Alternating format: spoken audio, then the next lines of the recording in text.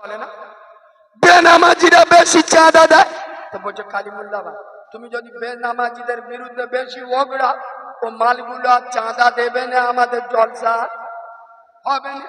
কোরআন হাদিসে ওয়াজ করো, কিন্তু বেনামাজিদের ব্যাপারটা আর হয়ে বেরিয়ে দাও।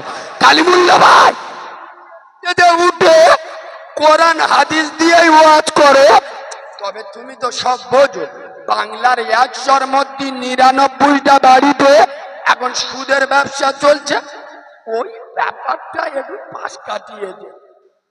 কালিমুল্লাহ ভাই তুমি স্টেজে উঠো কোরআন হাদিস দিয়েই বলো, তবে তুমি তো সব বোঝো। এখনকার মডার্ন মেয়ে, এখন তো যে 1920 সাল 30 সাল নেই, 2025 সাল। এখনকার মেয়েরা মডার্ন, ব্লাউজ পরে হ্যান্ডেল নেই, এমন শাড়ি পরলো পুরো পেটটা দেখা যাবে। তা আপনি কোরআন হাদিস দিয়ে ওয়াজ করবেন, কিন্তু আপনি মেয়েদের পর্দা নিয়ে বেশি কিছু বলতে যাবেন না। ও বাঁদরের বাচ্চার কে বলবে এগুলো কোরআন হাদিসে আছে না নেই? আমি স্টেজে উঠে ওয়াজ করছি, আমার পাশে আলেম বসে আছে, আল্লাহর কোরআন বলছি ওয়াহাররামা রিবা, আল্লাহ বলছে সুদ খাও। নবী হাদিস বলছি, নবী বলে যাচ্ছে যারা সুদ খায় সুদের বড় গুনাহ আল্লাহর সাথে করা, আর সুদের ছোট গুনাহ আপন মাকে বিয়ে করা। তার কত বড় ডেঞ্জারাস গুনাহ। এই বাবু এটা যদি হবাও হাদিসে না থাকে, গঙ্গার মাটিতে আমার ঢুকতে দেবেন না। আর এটা যদি হাদিস হয়, তারপরেও মুসলমানের ছানারা সুদ না ছাড়ে, এরা মায়ের সুপুত্র নয়, কুলাঙ্গার পুত্র। কারণ মায়ের সুপুত্ররা জীবনে মাকে বিয়ে করার মতো গুনাহ করতে পারে না। আমি এই ওয়াজ করে স্টেজে লেবিছি, কমিটির ভিতরে 7 জনের মধ্যে 6 জনের বউ বন্দোলন গ্রুপ লোন করে। আমি লেবিসি বলতে তোমার কে সব বিষয় বলতে বলে দে, মালটা 2000 টাকা দে, আর জীবনে আনবি। তোদের রক্তের দোষ আছে রে, এই তোদের বেলাত খারাপ। যারা নবীর হাদিসকে সহ্য করতে পারে না, নবীর হাদিস বললে আমার মতো প্রতিবাদী বক্তাকে তোরা ঠকাস, টাকা কম দিস। তোর টাকা খেয়ে আমি বসে নাই, আমি নবীর হাদিস বলবো, তোদের না ভাল লাগলে উঠে চলে যাবি। আচ্ছা বলুন, সব মুসলমান এক হয়ে বলে কারিমুল্লাহ জিয়াদি দাওয়াত করব, আপনারা কেন? আপনার বাপও পর্যন্ত যদি চেষ্টা করে আমার দাওয়াত করবে, আর আমার বাপের বাপ যদি আশা করে এখানে জলসা করতে আসবো, আর আমার আল্লাহ যদি না চায়, কথা বলেন আপনারা চাইলেও হবে না, আমরা ইচ্ছা করলে, আল্লাহর ইশারা না হলে বলো মুসলমানের বাচ্চা, তাহলে আমার এখানে আনানোর আসল মালিককে? এই জোরে বলো, আমার এখানে নিয়েছেন কে? তাহলে মেম্বারে এসে তোর মতো মদখোর, সুদখোর, গাঁজাখোর, পাত্তাখোর, চুল্লুখোর, বেনামাজি, বেরোজগার বাম্মার ভাত দিস না। তোর মতো সিটিংবাজ, মুখে দাড়ি নেই, কুরবানের ভাইরা ভাই, আমি তোর থেকে ভয় করে কথা বলবো? খোদার কসম আমি এখানে বসে চেষ্টা করব আমার বক্তব্য পেটাঙ্গির মুসলমান রেগে যাক, সোতা উঠে চলে যাক, কিন্তু আমার কোন বক্তব্য আমার আল্লাহ যেন রেগে না বলো। আমি এখানে কাউকে খুশি করতে আসি নাই, নবীর মেম্বারে বসবো, আলেমরা হক কথা বলবে না, বলবে না। এরা মনে মনে করেছে ও হুজুর সেই কানে হাত দিয়ে মারে বাবরে সে ওয়াজ তো হচ্ছে না। তবে আপনারা জ্ঞানী মানুষ বলে আমি কথাটা বলছি, বুঝে উত্তর দেবেন। আপনার বাপে পাই ফোড়া কোথায়? কথা বলো কোথায়? ডাক্তার খানায় গেছে, ডাক্তার হাতের অপারেশন করতে, ফোড়া কোথায়? জোরে বলুন। অপারেশন করতে কোথায়? ও যন্ত্র সারবে না সরবে? কারণ ওর ফোড়া হয়েছে পায়, কাটতে হবে কোথায়? পায় না কেটে হাতে কাটতে। খোদার কসম, আপনার রেগে গেলি আমার বয়ে গেল। বর্তমান বাংলার মুসলিম সমাজে পায়ে ফোড়া হয়েছে আর মৌলবীরা হাতের অপারেশন করতে। 100-র মধ্যে 98 জন বেনামাজি, 100-র মধ্যে 99টা বাড়িতে সুদের ব্যবসা চলে, 100-র মধ্যে 90টা যুবক জেনার সাথে যুক্ত। এখানে একটা কড়া কথা বলবো, আমার মুরব্বীরা অনুমতি দিলি বলবো।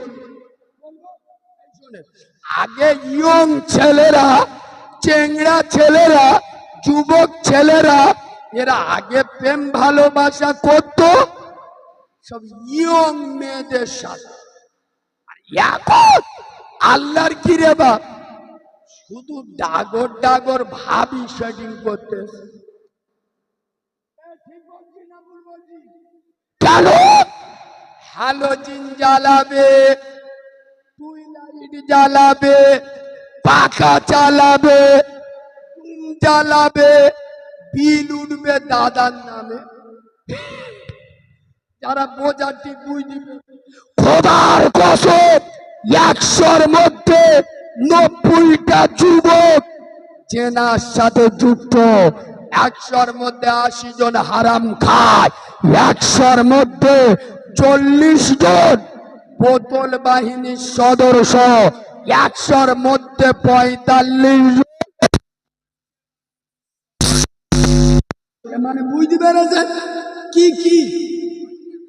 ও সব না, এ তো জিবরাইলের খালা তো ভাই গো। এ বাবু এখন গাঁজা করে বেড়েছে না কমেছে? কসম করে বলছে, আগে বাংলায় মদ করছিল বেশি, এখন মদ করে থেকে গাঁজা, জন জন চাবাল্লা গাঁজা টানতে। কাউরাগা মুখ দেখবে আল্লাহর কি রে বাবা, কুকুরের ফুলের মতো হইল। ঠিক বলছি না ভুল বলছি? 100-র মধ্যে 45টা যুবক গাঁজার সাথে যুক্ত, 100-র মধ্যে 35 জন লটারির টিকিট কাটে, 100-র মধ্যে 80 জন বাম্মার ভাত। এ বাবু কি হয়েছে? তুমি আওয়াজ আস্তে করে দিচ্ছ, বন্ধ হয়ে গেল নাকি? চলে বাবু শোনো, তাহলে 100-র মধ্যে 80 জন বাম্মার ভাত দেয় না, সমাজের পাই ফোড়া হয়েছে। আর মৌলবীরা স্টেজে এসে 2 ঘন্টা ওয়াজ করবে, 1 ঘন্টা মুসা নবীর ওয়াজ আর 1 ঘন্টা ফেরাউনির ওয়াজ। আমি ঠিক বলছি না ভুল বলছি? সমাজে যে রোগ হয় সেই রোগের ওষুধ দিতে হবে না? মসজিদ গুলো খা খা করতেছে, নামাজের বেনামাজিদের বিরুদ্ধে বলতে হবে, যারা বাম্মার ভাত দেয় না তাদের বিরুদ্ধে বলতে হবে না? হবে না? সুদঘর, মদঘর, গাঁজাঘর, বাটাঘর, চুল্লুঘর, যারা বড়দের সম্মান করে না এদের বিরুদ্ধে ওয়াজ করতে হবে না? হবে না? নইলে মুসা নবীর ওয়াজ চালাচ্ছে, মানে মাথা বেতার মলম নে পোঁদে বেতায় লেগে দিচ্ছে। খোদার আসলে আসলে সবচেয়ে বড় কারণ, মুরব্বীর একটা কথা বলবো, আজ থেকে 25-30 বছর আগে মুরব্বীরা ঠিক বুঝতে পারবে, আমরা যখন মার পেট দিয়ে এসছি। আচ্ছা বলুন আব্বা, আমাদের মা চাচিরা আমাদের কানে আজান দিত না দিত? কেন কেন? যে বাচ্চাটা একটা অন্য জগতে ছিল, নতুন জগতে এসছে, আরশের মালিক আল্লাহর নাম আর নবী মুস্তফার নাম কানে শুনিয়ে দাও, বরকত হবে।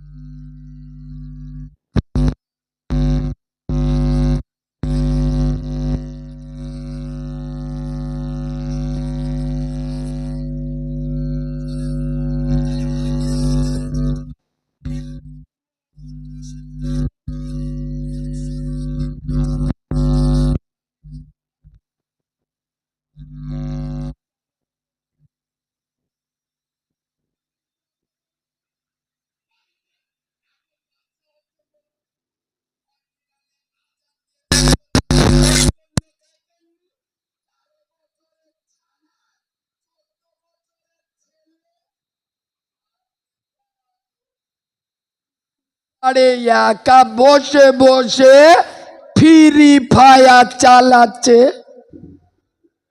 আবার আল্লাহর কি রে বাপ, আঙুলি যাইছি বরেস, ঠিক বলছি না ভুল বলছি? হাতে ব্যান্ডেজ করে মোবাইলি পাউডার ঢেলে চালাচ্ছে। আইটিস ট্যালেন্ট, খবর নিয়ে দেখো, কানে আজান পড়েন হসপিটালে হওয়া মাল। খবর নিয়ে দেখো, কানে আজান যাইবে নার্সিংহোমে হওয়া যন্ত্র। খোদার কসম, ভোর 3টে পর্যন্ত, ভোর 4টে পর্যন্ত।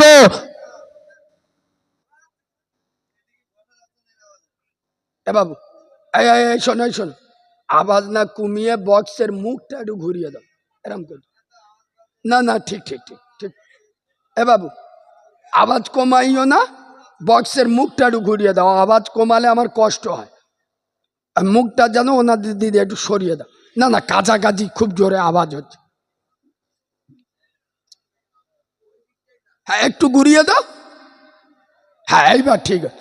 ও বাবু, এবার একটু ঠিক হচ্ছে। বাহ বাহ, এই বসো বসো বসো। ও ভাই, একবার তকবির দেবো? সবাই দিদি বললি দেবো, নইলি দুবুন। এ বাবু, দেবো কি? কই দাও না।